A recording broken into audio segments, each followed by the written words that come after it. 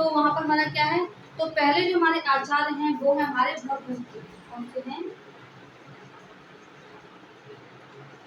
भवभूति हैं, जिसमें उन्होंने माना है करोड़ रस को। किसको माना है?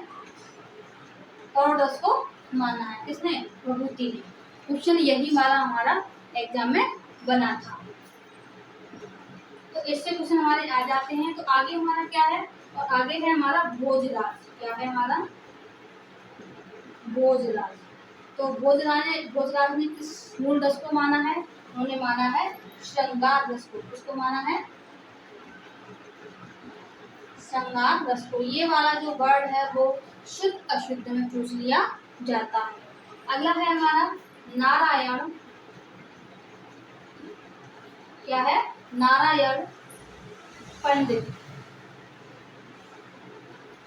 नारायण पंडित ने जो माना है वो माना है आश्चर्य। आश्चर्य रस। कौन सा माना है? आश्चर्य रस माना है।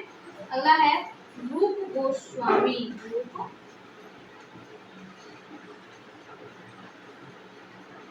रूप गोस्वामी को किसने माना है? सॉरी, रूप गोस्वामी को कौन सा रस माना है इन्होंने? माना है मधुर रस। कौन सा माना है?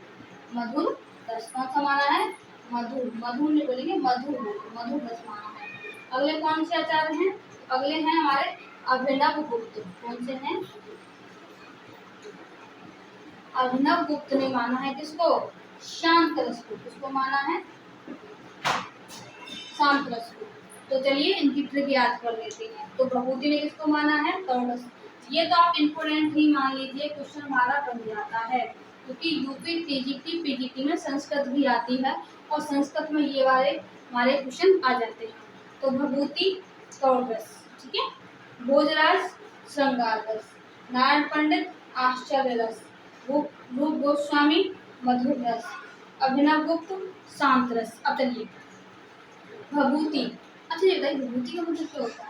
बस मैं आपको ट्रिक याद कराने के लिए बोल रही हूँ, इसलिए, ठीक है।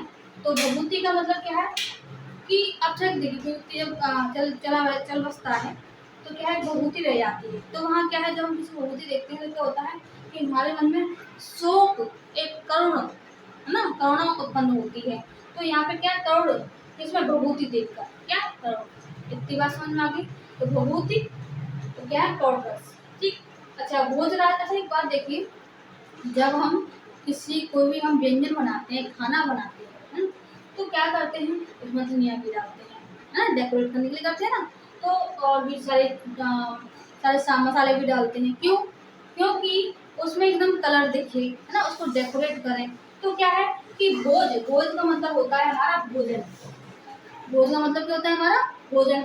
और भोजन क्या करते हैं? उसका श्रृंगार करते हैं। किसके क्या करते हैं? इसका श्रृंगार करते हैं। किसका? भोजन का। तो भोजराज का मूल रस कौन सा है? श्रृंगार रस है। कौन सा है? श्रृंगार रस है। ऐसे ही नारायण पंडित का क्या है? आश्चर्य। क्या है? आश्चर्य। भाई जो व्यक्ति पंडित होता है, जो व्यक्ति पढ़ा लिखा होता है, इसने सारे पुराण पढ़ लिए हो, तो क्या है, हमेशा एक आश्चर्यजनक बात करता है। मतलब जिसको ज्ञान नहीं होता है, जो सुनता है उनकी बातों को, तो आश्चर्य होता है, क्या ऐसा भी लिखा है महापुराणों में, है ना। तो ऐसे क्या है कि पंडित है जो क्या है, आश्चर्य में डाल देते हैं, है ना। तो अपनी बातों में, आप बातों के द्वारा लोगों को क्या करते हैं? आश्चर्य में डाल देते हैं। तो इसका क्या बनेगा? आश्चर्य रस। अगला है रूप गोस्वामी। तो रूप गोस्वामी के कौन है? तो रूप हमारे रूप गोस्वामी मधुर। अच्छा ये देखिए, रूप का मतलब क्या होता है? मधुर। मधुरता आती है नहीं आती है, ठीक है ना। तो रूप का मतलब मधुर। अच्छा अगला है अभिनव गुप्त। अच्छा गुप्त का मतलब क्या होता है? गुप्त का मतलब होता है कोई चीज छुपी हुई, है ना। तो मान लीजिए अब कोई किसी की बात है, गुप्त है, कोई किसी को बताना नहीं चाहता, तो क्या है, वो कैसे कहेगा? वो शांति प्रियता से। कैसे कहेगा? शांति प्रियता, मतलब शांति के साथ कहेगा। तो यहाँ पे क्या बोला गया है? क्या बोला गया है कि अभिनव गुप्त जो है उन्होंने अपनी बात को कैसे कही? शांति प्रियता से कही, ठीक है। तो भभूति करोड़ रस हो गया, भोजराज का श्रृंगार रस हो गया, नारायण पंडित का आश्चर्य रस हो गया, रूप गोस्वामी का मधुर रस हो गया, और अभिनव गुप्त का कौन सा हो गया? शांत रस हो गया। तो किस किस आचार्य ने कौन कौन से मूल रस माने हैं वो हमने आपको पढ़ा दिए हैं बाकायदा ब्रेकफास्ट। तो ठीक है, आपको ये क्लास अच्छी लगी?